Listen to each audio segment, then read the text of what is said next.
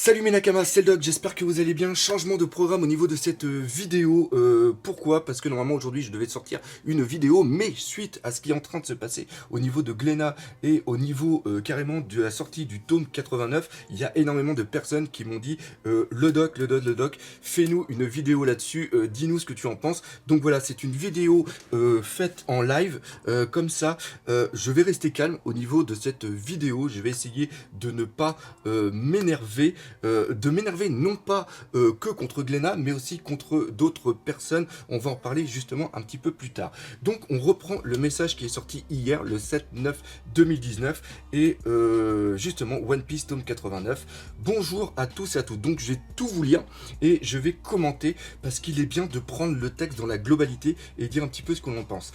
Merci pour l'ensemble de vos commentaires et remarques concernant One Piece et particulièrement le tome 89. En préambule, rappelons que même si vous avez totalement le droit de ne pas être d'accord avec nos choix de traduction, les différents collaborateurs de One Piece connaissent parfaitement l'univers et travaillent à proposer une version qui soit le plus fidèle possible, et il est donc injuste d'insulter leur travail.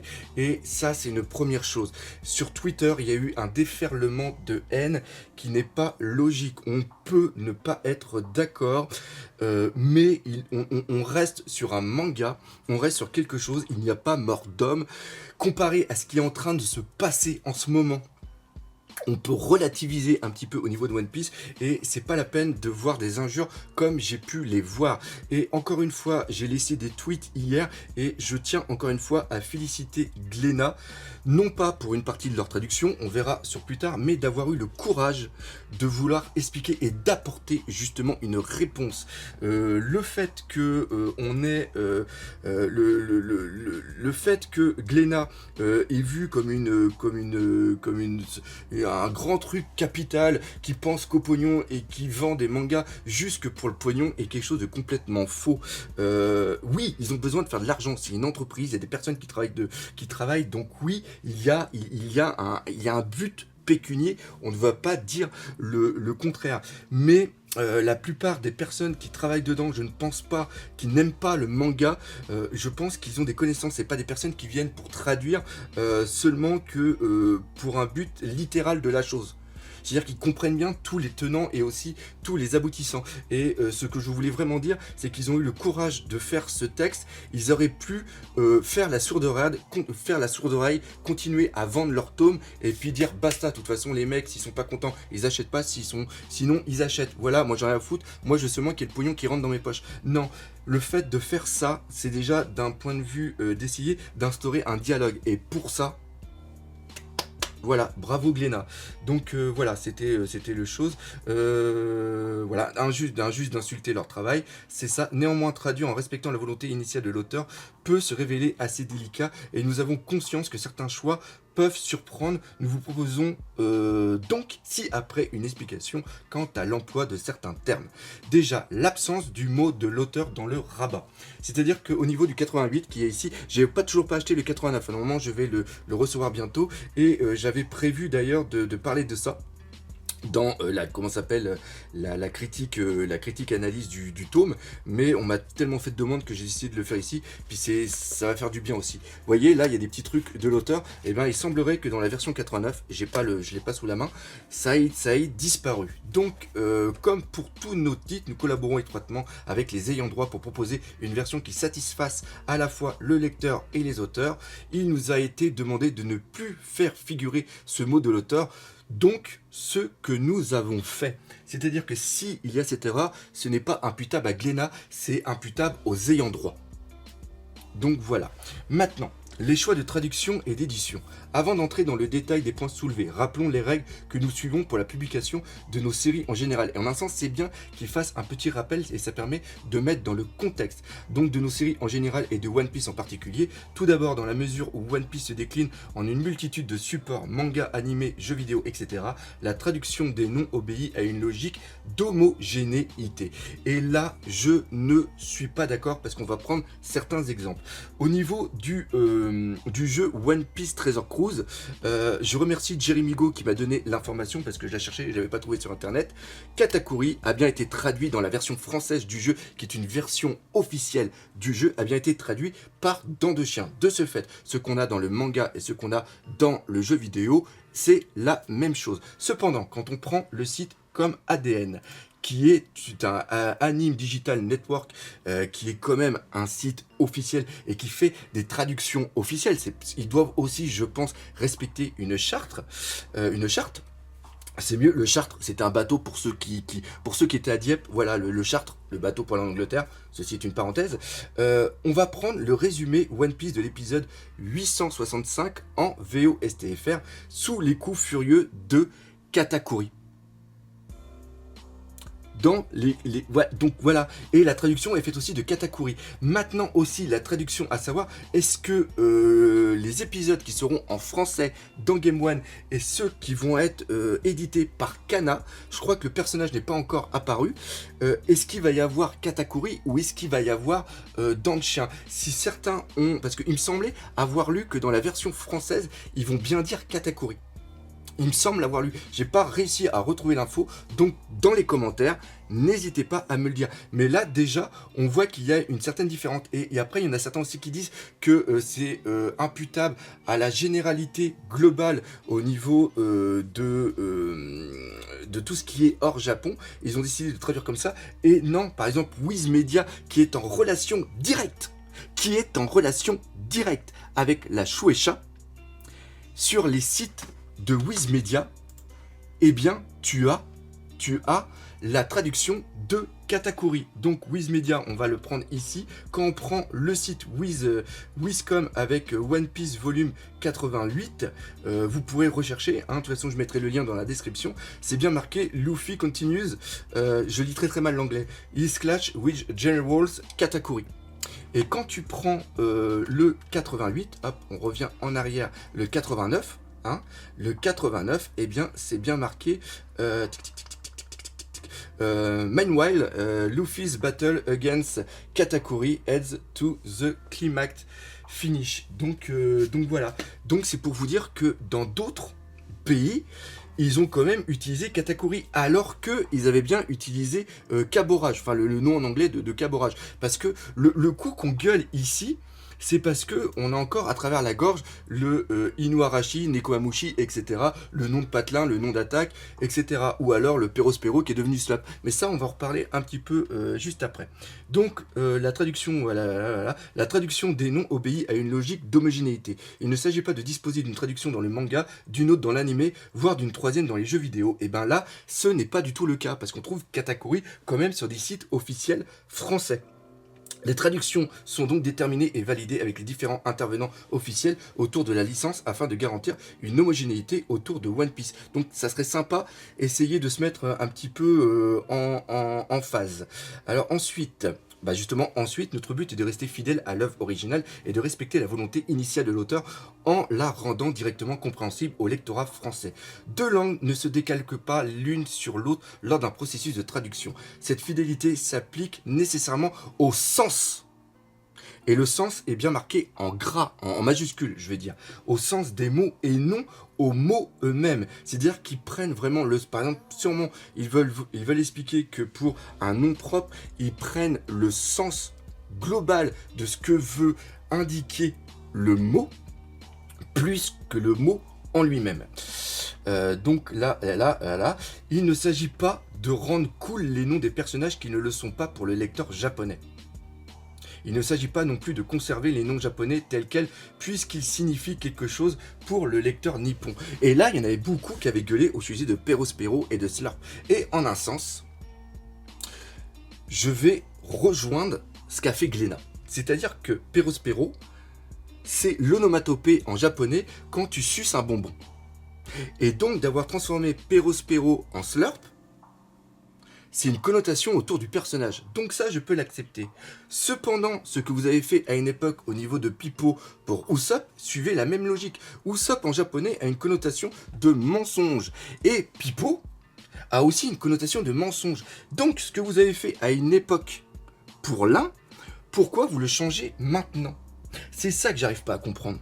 Pour moi, c'est ça vraiment le point principal du problème.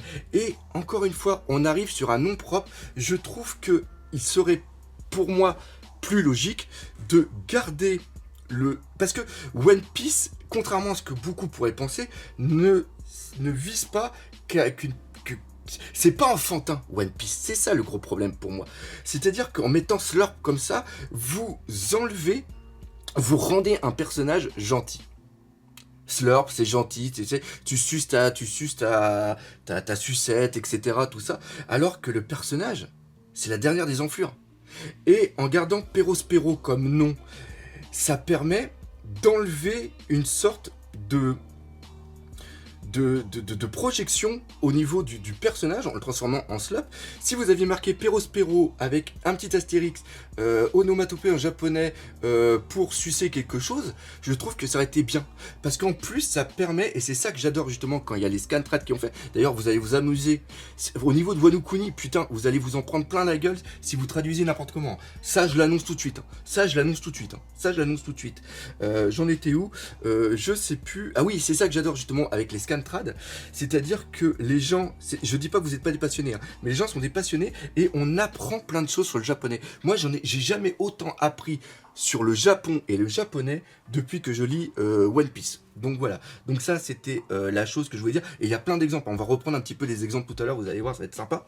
Il s'agit de proposer aux lecteurs francophones une expérience de lecture fluide, divertissante, similaire à celle des lecteurs japonais. Compte tenu des différents éléments, notre ligne est la suivante, nous laissons tels quels les termes étrangers, sauf s'ils sont largement passés dans le langage japonais, auquel cas ils sont considérés comme des japonais et traduisons le japonais. Ce faisant, nous respectons la volonté de l'auteur.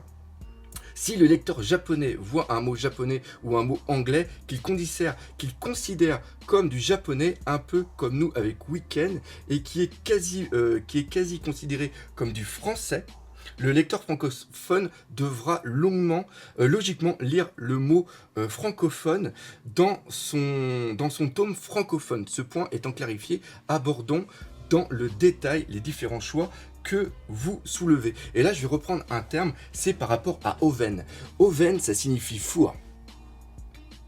Je sais pas si au Japon, les Japonais disent un four à un oven. Je ne sais pas, Mais tout ce que je sais, c'est que si vous voulez vraiment prendre le sens des mots et vouloir le traduire, je pense que pour beaucoup, oven, ça passe au-dessus de la tête parce qu'il n'y a aucune connotation au niveau du japonais. Et si pour ce mec qui quand même gère la chaleur, fait chauffer les choses, si le mec vous l'aviez appelé four, ça aurait pu le faire. Je sais pas. Si on suit cette logique, du sens, comme vous disiez, du sens propre du mot.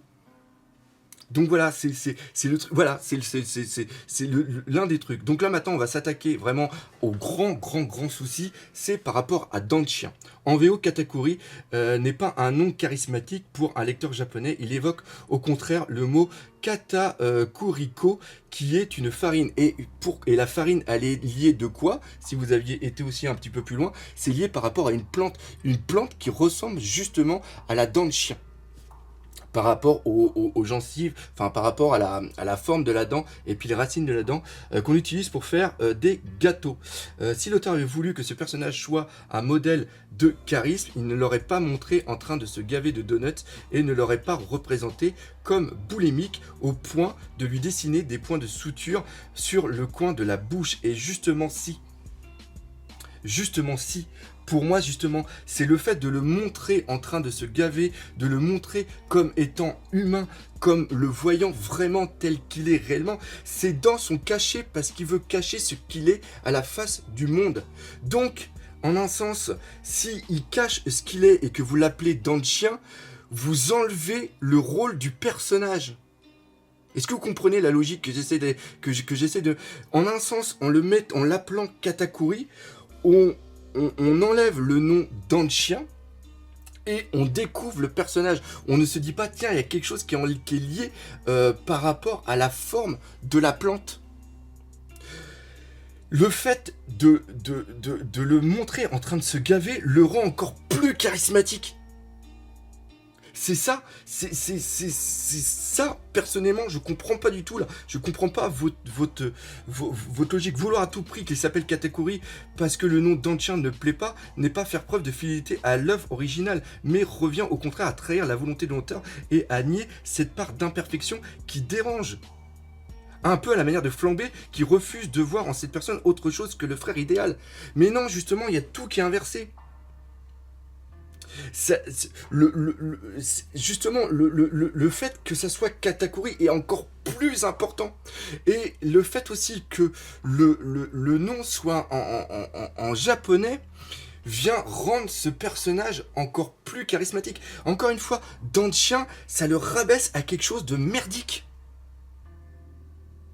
Il y a un jeu, il y a une identité sur le personnage. C'est comme si on continuait à appeler... non, c'est mal parce que l'homme araignée, Spider-Man, l'homme araignée, c'est exactement ce même problème parce que ce problème, on l'a eu et on l'a énormément au niveau du Québec où ils veulent absolument tout traduire mot pour mot, mot pour mot. Mais non, il y a un tel truc au niveau de... Il y a une telle identité, il y a une telle chose autour de ce personnage qu'on ne peut pas, dans le chien pour Katakuri. Mais au Japon, la preuve, c'est ils l'ont appelé Doctis, je le prononce trop mal l'anglais, en Angleterre avec Quizmedia, et ils ont dû le rechanger en Katakuri tellement ça avait gueulé. Donc voilà, c'est quelque chose qui est fou. Et le pire, c'est qu'après, vous dites encore un truc qui pour moi ne va pas du tout. Par ailleurs, les noms propres n'ont pas obligatoirement à rester en l'état dans l'ensemble des œuvres traduites. Pour reprendre l'exemple de Barbe Blanche, vaut-il mieux l'appeler Barbe Blanche et évoquer directement quelque chose au lecteur, ou conserver Shirohige, qui n'a absolument aucun sens pour le lecteur français. Déjà, lui, il s'appelle Edward Newgate. Là, on arrive sur Barbe Blanche, c'est un surnom. Et le surnom de Barbe Blanche est intéressant parce qu'il vient en opposition à Barbe Noire, qui est un véritable personnage ayant existé. C'est ça l'importance des deux personnages. C'est pour ça que oui, là, le coup de Barbe Blanche est logique. Et Shirohige a une connotation propre qui est au Japon. Là, la transformation en Barbe Noire et en Barbe Blanche, Whitebeard, c'est quelque chose qui est... C'est quelque chose... L'exemple là n'a aucune logique. On prend d'un surnom sur qui n'est pas son nom propre, alors que Katakuri, c'est son nom propre, c'est pas un surnom. Il s'appelait pas... Jean Badass. Katakuri, à la base, il est pas né en s'appelant Jean Charlotte. Il s'appelle Katakuri, c'est son nom propre à lui, c'est pas un surnom. Donc on n'a pas à le changer. Ils l'ont pas surnommé dent de chien par rapport aux dents qu'il a. C'est ça. C'est ça en un sens le truc que je comprends pas. C'est pas un surnom.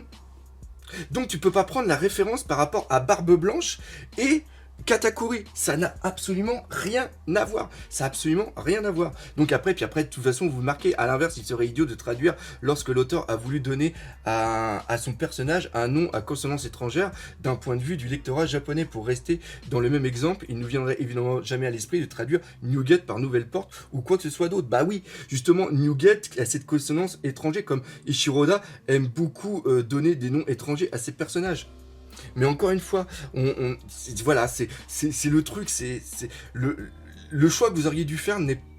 Je pense que Barbe Blanche, en explication, vous n'auriez jamais dû prendre celui-ci. Après, on arrive sur Tugato et Wallcake. Je suis l'un des seuls partisans, justement, à accepter ce nom de Tugato parce que je trouve, en un sens, qu'il soit logique de donner ce nom à cette île. Sauf que là, vous avez fait pour moi une erreur.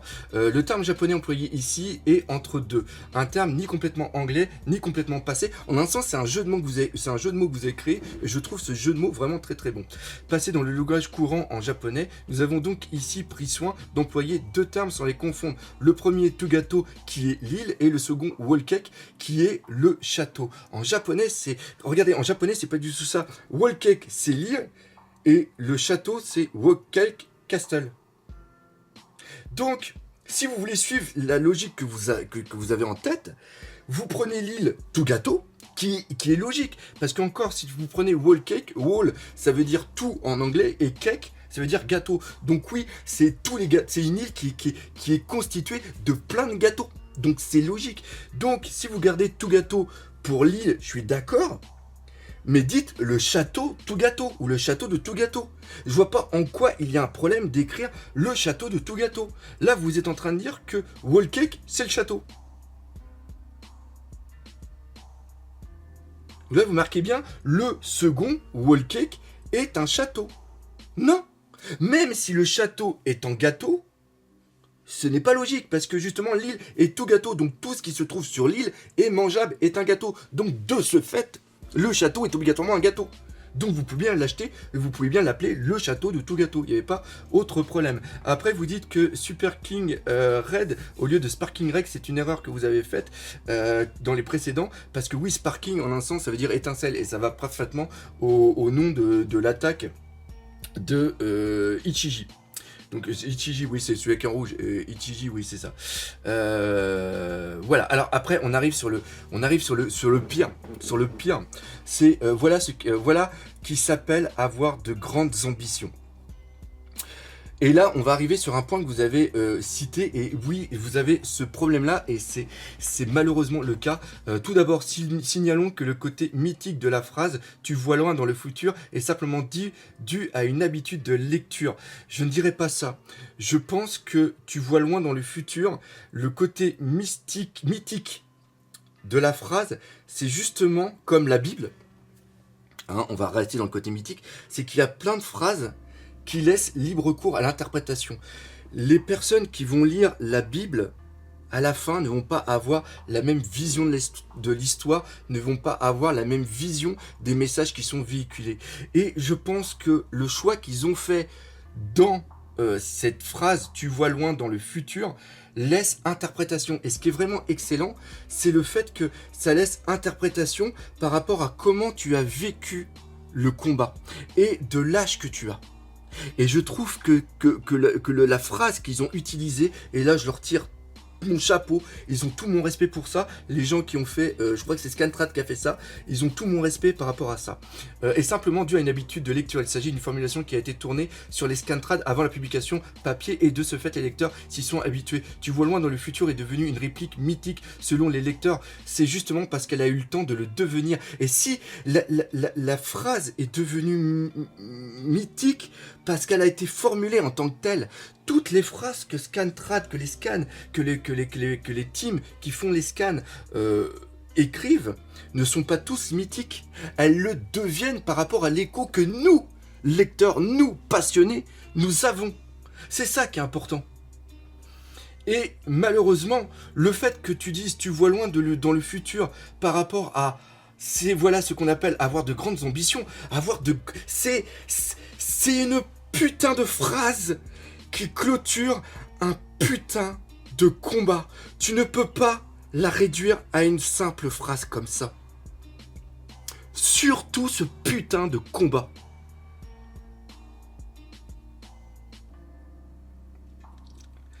La phrase, je le répète encore, la phrase est devenue mythique parce qu'elle est mythique et qu'elle a eu un écho dans la plupart des gens qui l'ont lu. Et d'ailleurs, il y a eu énormément de débats au niveau de cette phrase. Et c'est pour ça que oui, on arrive sur quelque chose de mythique. Oui. Donc voilà. Et vous avez vu, je suis resté calme. J'en étais où ? Ok, alors c'est justement parce qu'elle a eu le temps de le devenir, étant donné que notre traduction à nous n'est publiée que bien plus tard. Oui, malheureusement, vous avez ce défaut qui n'est pas de votre faute. Je pense que si vous pouviez sortir une traduction de chapitre juste après, vous le feriez. Je pense que vous le feriez, c'est sûr et certain. Je pense que si vous devez attendre autant de temps, c'est pas imputable à vous. Je pense qu'il y a des aléas sur ce coup-là. Je sais que c'est hyper pénalisant pour vous. Et d'ailleurs, c'est aussi pour ça que je le dis tout le temps quand je fais mes réactions live, que acheter. Voilà. Je dis pas qu'il faut garder que les scans. Je dis bien qu'il faut acheter. Et je les achète. Donc voilà. Et on est énormément de personnes à acheter. Donc ça aussi, il faut le garder aussi ça en tête.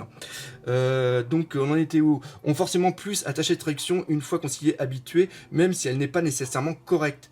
Et moi, je trouve que dans mon cœur, elle est plus correcte que la vôtre. Ensuite, si la traduction, tu tu vois loin dans le futur, et effectivement une traduction littérale, elle sous-entend un certain nombre d'éléments dont nous sommes absolument pas certains à ce stade de l'histoire. Par exemple, elle laisse croire que Dan Chien a réellement vu que ce futur arrivera, alors que son pouvoir n'est et de ne voir qu'à que quelques secondes en avance. Et c'est ça qui est beau. C'est-à-dire que cette phrase laisse interprétation à notre fantasme. Ça, c'est pas fait que pour lire et après poser ça.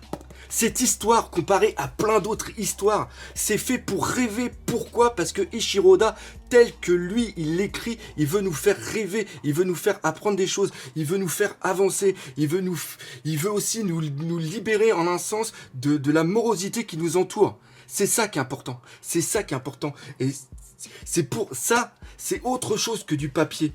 Ça, c'est un monde, comme je dis des fois dans mes vidéos, et peut-être que je suis un petit peu trop, mais c'est un monde dans lequel des fois on se réfugie. C'est un monde dans lequel on va voyager. C'est un monde dans lequel on va rêver. C'est un monde dans lequel on va imaginer. Voilà.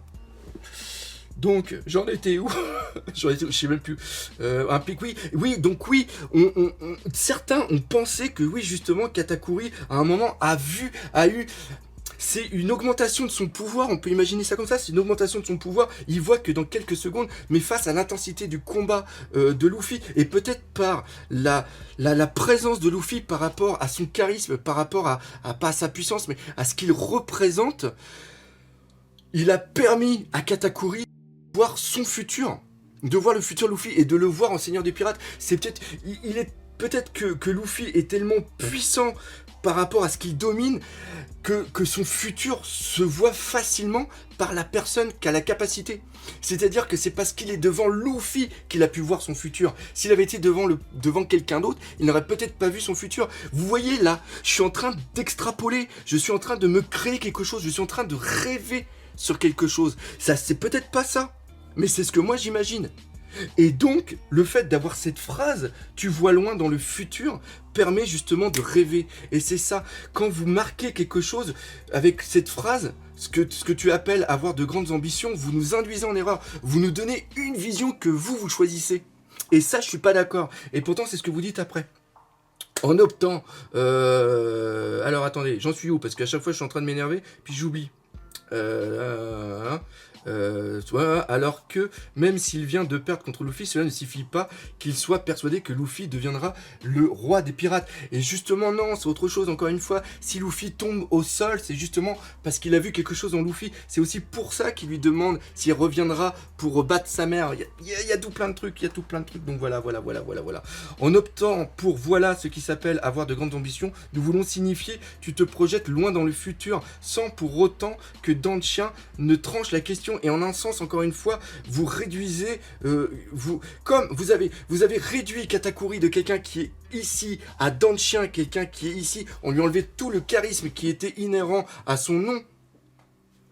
Vous réduisez encore une fois tout le charisme du personnage en transformant une phrase. Parce que vous le dites bien, c'est une interprétation que vous faites de la phrase. En japonais, c'est une traduction. Parce que j'ai aussi parlé avec d'autres personnes qui maîtrisent le japonais et tout le monde n'est pas d'accord sur la même traduction. Donc voilà. Par ailleurs, même au Japon, cette phrase interpelle les lecteurs sur le mot futur en japonais dans la bouche de Dan Chien et vue comme une belle acrobatie de la part d'Eiichiro Oda sans prétendre à une quelconque exhaustivité. On démontre au moins 5 significations différentes de cette phrase pour le lecteur natif. Et bah vous le dites, la bordel de Dieu, vous le dites ici, que rien que cette phrase propose 5 embranchements différents. Donc, excuse-moi, mais le fait de dire « tu vois loin dans le futur », propose aussi ce choix. Le fait de dire que c'est seulement qu'une ambition, c'est terre à terre. C'est terre à terre. C'est terre à terre. J'en étais où? Ah putain, sans prétendre à une quelconque... Attends, je sais même plus où j'en suis. Faut peut-être que j'arrête, hein. Sans prétendre à quelconque exhaustivité, ça je l'ai lu. Comme vous pouvez le constater, l'ambiguïté laissée à cette phrase fait qu'il existe de multiples manières de la traduire et qu'une manière n'a pas préséance sur l'autre. En tant qu'éditeur, nous avons opté par cette formulation prudente de ces paroles car nous ignorons dans quelle mesure elles apparaîtront dans les futurs volumes. Et s'il y a bien une chose que nous avons apprise au sujet de One Piece, c'est qu'il vaut mieux ne laisser rien au hasard en considérant que ça n'est pas important. Et en un sens, là, vous le marquez dans cette phrase, vous vous restreignez, parce que vous voulez pas être en désaccord avec ce que Ichiro Oda voudrait faire. Encore une fois, Oda, de la manière dont il structure son récit, c'est pour permettre aux gens d'imaginer plusieurs futurs, et c'est justement en nous montrant son futur propre à Ichiro Oda qu'il arrive à nous surprendre. C'est justement en imaginant plusieurs choses qu'on est surpris et qu'on a toujours, après plus de 21 ans, autant d'envie de lire One Piece. Donc c'est laisser rêver les gens, c'est l'essence même de One Piece. Et avec cette putain de phrase, je vais encore le redire, vous nous empêchez de rêver. Je ne suis pas d'accord. Voilà, nous tâchons à notre mesure de respecter la volonté initiale de l'auteur tout en privilégiant une expérience de lecture qui soit à la fois fluide et divertissante. Nous sommes conscients que ça peut parfaitement entraîner des surprises de la part de personnes lisant des sources différentes et c'est pour cette raison que nous nous efforçons autant que possible de concilier les attentes des divers lecteurs de One Piece. Attends, j'ai pas lu quelque chose ? Ouais, c'est ça. Merci beaucoup pour votre soutien à cette série exceptionnelle, l'équipe Glénat Manga. Donc voilà, qu'on soit bien clair, que ça soit vous Glénat ou que ça soit toutes les personnes qui regardent cette vidéo, je ne crache pas sur Glénat. Je ne crache pas du tout sur Glénat. Ils font pour moi un bon travail. Vu la complexité de l'œuvre, ils font un bon travail, ils font des choix. Certains choix sont maladroits, mais après, il y a des choix qui sont jugés bons. Et il y en a certains qui se disent après, ils font des erreurs ici pour pouvoir plus tard nous revendre une autre édition pour se faire du pognon. Il n'y a pas besoin de ça pour vendre One Piece. Il n'y a pas besoin de trouver des complots de ce style. J'ai un respect énorme envers ceux qui traduisent One Piece parce que vous êtes face à des bandes, et j'en suis le premier, de gros fadas, de gros malades qui adulons peut-être un peu trop One Piece. J'en suis parfaitement conscient. Et vous voyez comment j'ai réagi, comment j'ai été au niveau de cette vidéo. Donc, moi, je termine en vous disant merci. Vous le proposez en français. Malgré certains défauts, globalement, c'est bon. Globalement, c'est bon. Donc, un gros merci à vous. Continuez ce que vous faites.